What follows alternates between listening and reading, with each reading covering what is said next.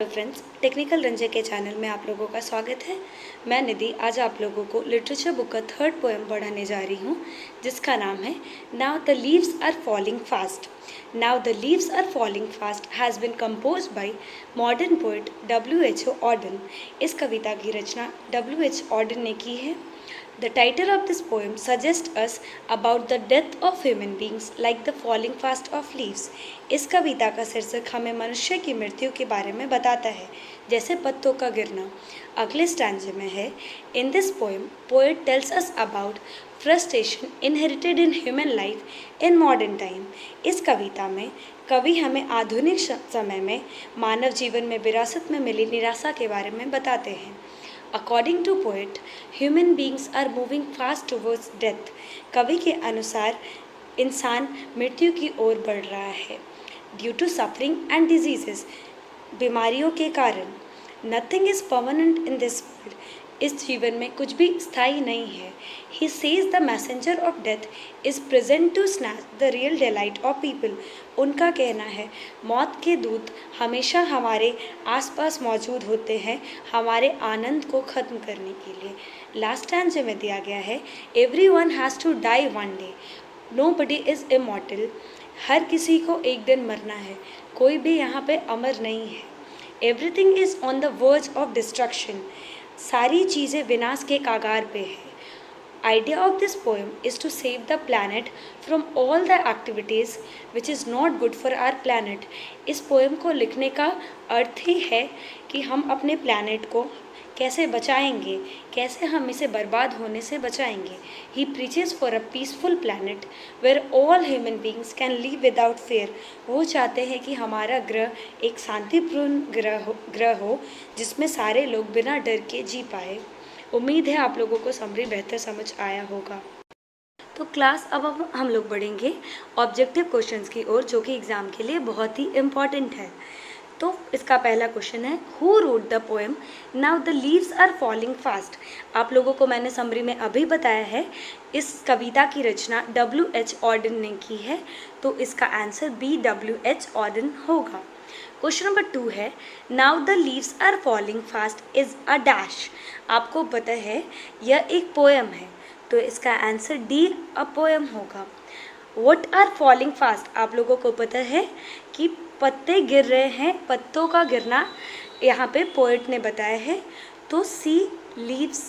अब question number 4 की ओर बढ़ेंगे।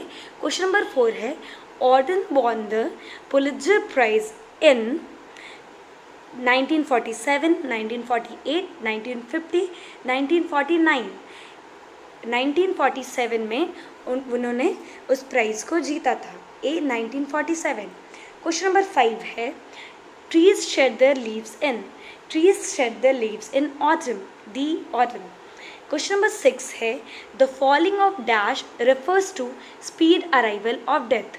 तो आप लोगों को पता है पत्तों का गिरना इंसान के मृत्यु से यहाँ पे कंपेयर किया गया है, तो इसका आंसर होगा A लीव्स। क्वेश्चन नंबर 7 है, ऑर्डन वॉज वॉर्न इन। आपको पता है ऑर्डन का जन्म A 1907 में हुआ था। किसी भी कवि का जन्म और मृत्यु हमेशा याद रखें, ये क्वेश्चंस हमेशा एग्जाम में आते हैं।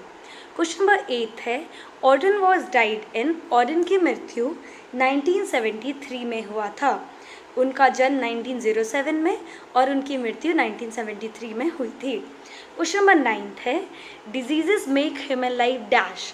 आपको पता है कि कोई भी बीमारी हमारे जीवन को दुखी बना देता है, तो diseases make human life miserable. B miserable. Question number 10 है, जो कि हमारा लास्ट क्वेश्चन है, human life is no better than. Human life is no better than death. B death इसका आंसर होगा। उम्मीद है आप लोगों को सारा ऑब्जेक्टिव क्वेश्चन समझ में आया होगा। सब्जेक्टिव क्वेश्चन का पहला क्वेश्चन है, how do old people think when they see a child. बूढ़े लोगों को एक बच्चे को देखकर कैसा महसूस होता है। Child remind them of their own life period. उस बच्चे को देखकर वो अपना जीवन को याद करते हैं कि उन्होंने अपने जीवन को कैसे व्यतीत किया है। क्वेश्चन नंबर 2 है, who are the whispering neighbours, messenger of death are whispering neighbours. इस पोएम में कहा गया है कि हम किसी भी चीज़ को जीते रहते हैं, हमें हमारी मृत्यु का पता नहीं रहता है कि वो कब आ जाएगा। क्वेश्चन नंबर 3 है, how does human life become miserable? Suffering from diseases and other problems make life miserable. हमारा जीवन दुखी कैसे हो जाता है?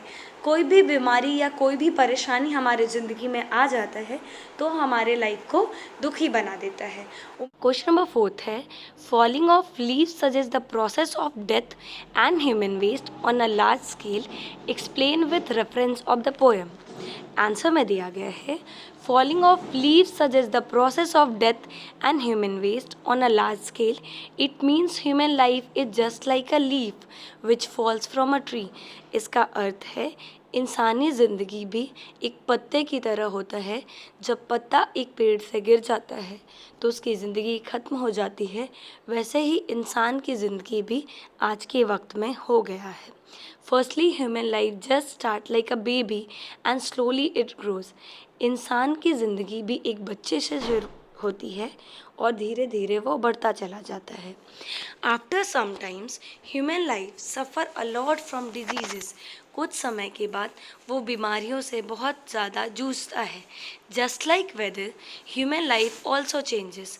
जैसे मौसम बदलता है वैसे ही इंसान की ज़िंदगी भी बदलती चली जाती है।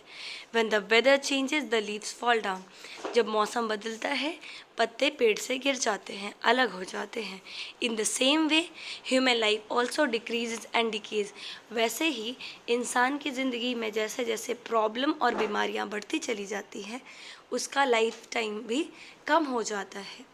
क्वेश्चन नंबर 5 है, the poet is critical of the negative tendencies of human society. What are these tendencies, give details. Poet जो लेखक हैं वो इंसानी टेंडेंसी जो निगेटिव टेंडेंसी है उससे बहुत परेशान है। वो टेंडेंसी क्या है उसको एक्सप्लेन करें। आंसर में दिया गया है, in this poem Auden wants to say that human life is totally dependent on human society. Poet कहते हैं हमारा ज़िंदगी, इंसान का ज़िंदगी पूरी तरह से सोसाइटी पे डिपेंडेंट होता है, समाज पे डिपेंडेंट होता है। Without human society it will not grow properly and also can not do anything well. Human society के बिना, हमारे समाज के बिना हम लोग प्रॉपर नहीं बढ़ सकते हैं, हम लोग अपने ज़िंदगी में बहुत अच्छा नहीं कर सकते हैं क्योंकि हर चीज़ समाज से रिलेटेड होता है। But the poet is critical of the negative tendencies of human society. There are different kinds of caste and creed. Poet says all human life is same. यहाँ पे बहुत तरह के अलग अलग कास्ट में लोगों को डिवाइड कर दिया गया है जो कि सही नहीं है, जो कि बहुत ही गलत है पोएट की नज़र में। And belongs to same society but the people create different kinds of caste and religion and divide themselves which is not good. सारे लोग एक ही सोसाइटी में बिलोंग करते हैं, एक ही समाज में बिलोंग करते हैं, एक ही दुनिया में हैं, तो आखिर ये कास्ट और क्रीड में लोगों को क्यों बांटना? कास्ट और क्रीड में लोगों को बांटकर हम लोग क्यों अलग अलग हो जाते हैं? क्यों एक दूसरे को छोटा और बड़ा दिखाते हैं? उम्मीद है आप लोगों को समरी और क्वेश्चंस बेहतर समझ में आया होगा। अगर आप लोगों को मेरा चैनल अच्छा लगता है तो प्लीज़ लाइक और सब्सक्राइब करें और मेरे वीडियो को शेयर करें। Thank you so much. मिलते हैं अगले वीडियो में।